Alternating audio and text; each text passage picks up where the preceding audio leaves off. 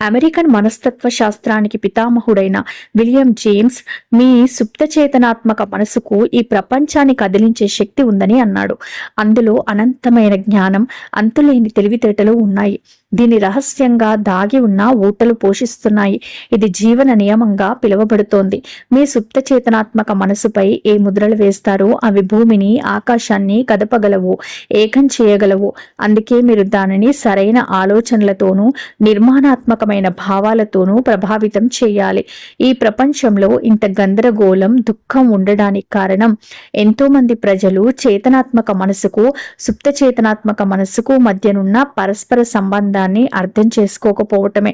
ఈ రెండు రూపాలలో అన్వయం, ఏకీభావం, శాంతి కలిసి ఏకకాలంలో ఉన్నప్పుడు మీరు ఆరోగ్యంగా, ఆనందంగా, ప్రశాంతంగా, సంతోషంగా ఉంటారు. చేతన, సుప్తచేతన కలిసి పనిచేస్తున్నప్పుడు శాంతిపూర్వకంగా